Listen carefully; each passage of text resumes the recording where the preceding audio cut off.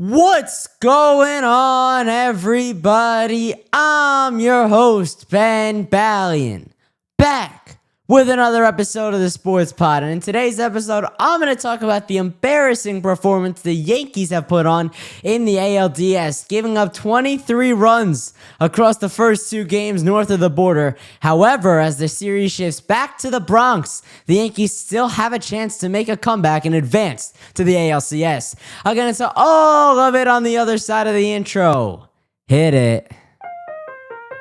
DiVincenzo at three. Bang! At the wall, he jumps. It's gone. He did it. He did it. Pete Alonso with the most memorable home run of his career. All right, getting into the episode and starting with something that I think everyone knew but didn't want to admit throughout the regular season, that the Yankees were never good enough. I mean, if you look at the facts, the bullpen is not good, and the bats are wildly inconsistent. I mean, even the rotation has been a little iffy at times. I know you got your two big guys in Fried and Schlittler at the top of the rotation. And yes, I know Carlos Rodon started game 2 of the Wild Card Series, but Schlittler is really the second in command after that awesome performance against the Red Sox. But reality is, the Yankees were never good enough to go on a serious postseason run. Yeah, you beat the Red Sox, that's fine, in the Wild Card Series. But since then, against the Blue Jays, they have been embarrassed. I mean, 23 runs across 2 games is a lot, let alone 2 playoff games. I know you're on the road, and I know the Blue Jays are one of the premier teams of the American League, but for all the media coverage that was saying the Yankees were just gonna waltz up above the border and just run through Toronto, the Yankees haven't done any of that.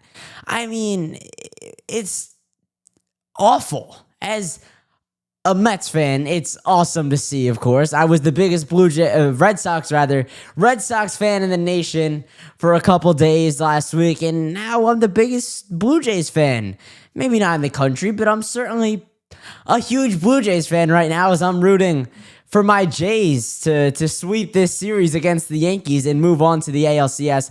And honestly, I think the Blue Jays are my favorite to come out of the American League. I was up in Toronto and I watched Yankees Blue Jays at the Rogers Center this July, and this was a game where the Yankees just collapsed. It was a bad game. Aaron Boone got ejected. Cody Bellinger, I can't remember if he dropped a routine fly ball or he just let it go over his head.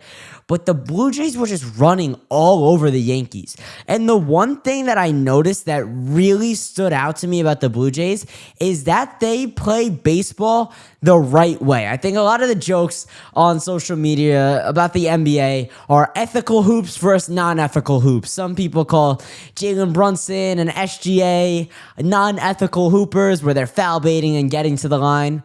The Toronto Blue Jays play ethical baseball. They play the game the right way. They're hustling down the line on every single ground ball. I mean, they're fielding and firing across the diamond, nothing lackadaisical, with a couple crow hops and a lofted throw over to first. Everything is at 100%. And with the Yankees, I don't get a whiff of that. I mean, it's all the time where we're talking about, oh, what is Anthony Volpe doing at shortstop with that lackadaisical throw? Oh, we can't get the ball from second base to first base. Oh, anyone in the outfield, oh, they don't play defense the right way. Oh, Stanton not hustling to second out of the box on a ball that he thought was gone in the Wild Card Series. I know he apologized for it, but come on. It's just playoff baseball. And you're still not hustling? I mean, that's unacceptable. And those are the things where I'm not an Aaron Boone apologist, but I'm not under the belief that he should be fired. I mean, the Yankees are in the playoffs nearly every season. They're there, they're competing. Those are the kind of things, though, where the hustle, that comes down to coaching. The bullpen, that comes down to coaching. Those are the things that make me a little iffy on what Aaron Boone's future with the New York Yankees should be. Because let's face it, he's not the best manager in the league. I mean, I think that goes without saying. There are guys like Pat Murphy, and even across the diamond in this series, John Shire is one of the better managers in the MLB. But after that wildcard series, there was a brief moment in time where I thought the Yankees had enough to go the distance and get back at least to the ALCS, if not the World Series. I mean, that Cam Schlittler performance, the headline was "Holy Schlit," and it couldn't be more on point. I mean, this is a rookie who threw 8 scoreless innings. I think he had just a couple hits, maybe a walk or two. He was flat out dominant. 11 strikeouts for the kid. And the thing with Schlittler is he throws with that easy velocity, where if you look at a guy like a Aroldis Chapman or Edwin Diaz, and I know those are relievers, so it's a little bit different, but they're summoning every ounce of force from their body to get the ball up to 100 plus miles an hour. Schlittler's just high 90s with ease into the 8th inning. That's something you don't see too often. And the other thing is, he has control of the strike zone. A lot of the times when guys are throwing that hard, especially early in their career, they struggle with control. Not Cam Schlittler. I don't think he had a 3-ball count after the 2nd inning of that game. And just a reminder, he went on to throw 8 frames. I mean, that was one of the best playoff performances we've seen in the past couple years, let alone a playoff debut. Cam Schlittler is the future of the New York Yankees. Whether they do anything this postseason or not, he's the guy, I think 10 years down the line, that Yankee fans are going to be watching take the mound every 5th day and expect him to go out there and dominate. He's going to be the heir to the throne, as in the next ace of this Yankee staff. Right now, you have Max Fried, you have Garrett Cole, who will be coming back next year. I'm not certain on how he's going to be, as he's getting up mid to late 30s. I mean, he's another guy. He benefits off velocity. Coming off a serious injury like Tommy John, I'm just not sure if he's going to have it. That's an age thing. That's an injury thing. There's nothing you can do about that.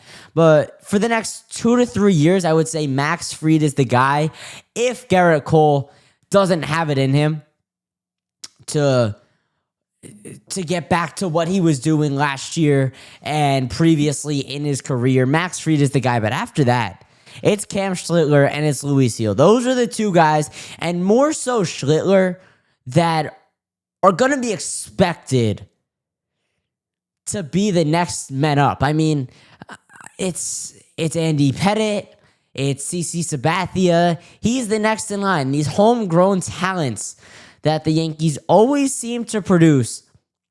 That the pitching is always there for the Yankees. The prospects are always there for the Yankees. And they seem to trade away the duds more often than not. I know Yankee fans were a little bit salty about the catching situation when they traded Luis Torrens to the Mets, Carlos Narvaez to the Red Sox for a bag of baseballs each. But I would say 9 out of 10 times, the Yankees are holding on to the right prospects and trading away the duds. So if you're a Yankee fan, you cannot be upset whatsoever about how the prospect situation has played out. And I don't think any Yankee fans are. But now getting to what has happened in this year's American League Division Series, you can see the smile already coming to my face. I mean, I mentioned earlier, as a Met fan, this has just been a joy to watch the Yankees collapse in real time. And I don't think there's another way to explain it other than an absolute embarrassment. I think that sums it up perfectly. 23 runs across 2 games. All right, you got Luis Hill on the mound game 1. You're expected to lose that game.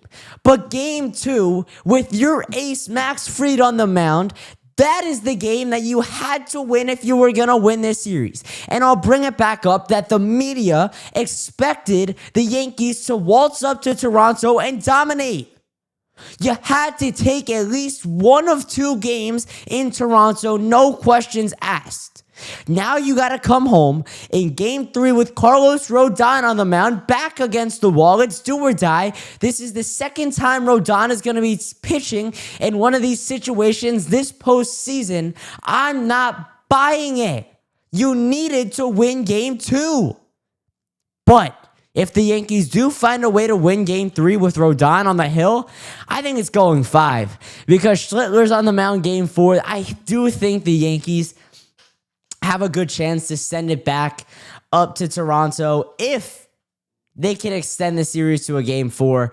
I'm not certain on what Rodon's going to give you. I would favor the Blue Jays tonight. I think they're going to be eager to wrap this series up quickly and not make anything of it. Vlad's been awesome. Alejandro Kirk has been tremendous as well.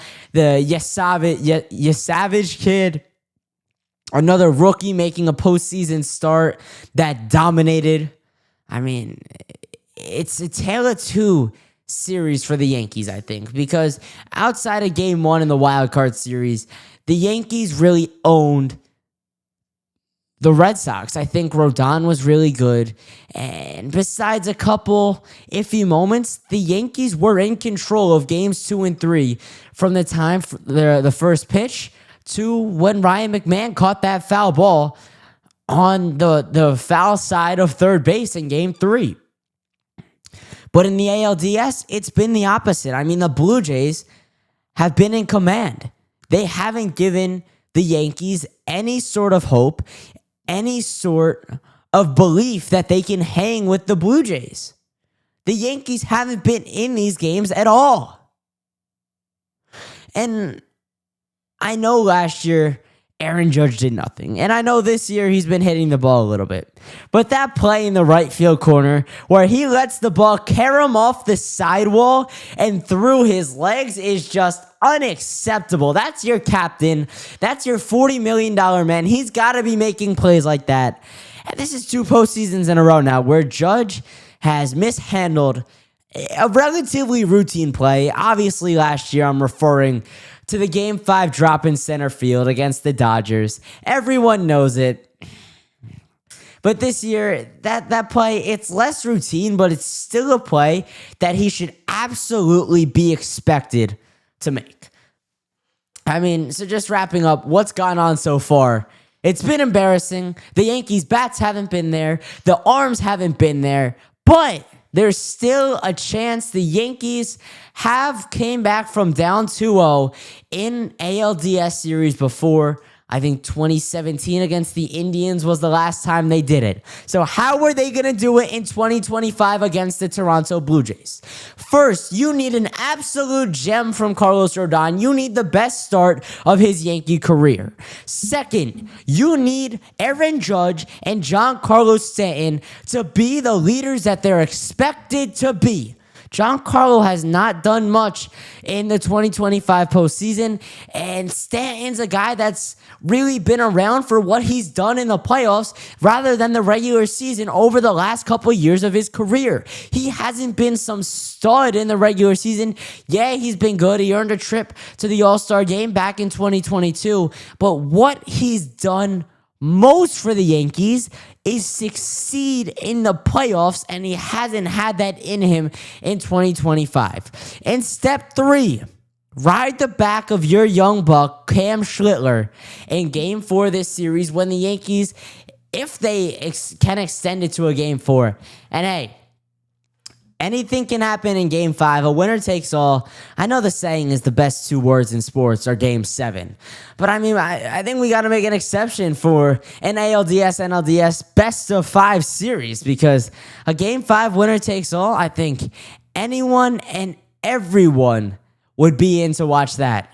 All right, that's going to do it for the episode. If you enjoyed, please leave a comment down below. Check out another episode.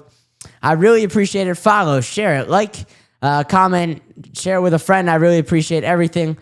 Also, if you want to have your voice heard on the Sports Pod, you can do so by dialing the number 848-305-8073 and leaving a voicemail with your hot sports question or take, and I'll react to it in the next episode. And last but not least, make sure you keep it locked with the Sports Pod.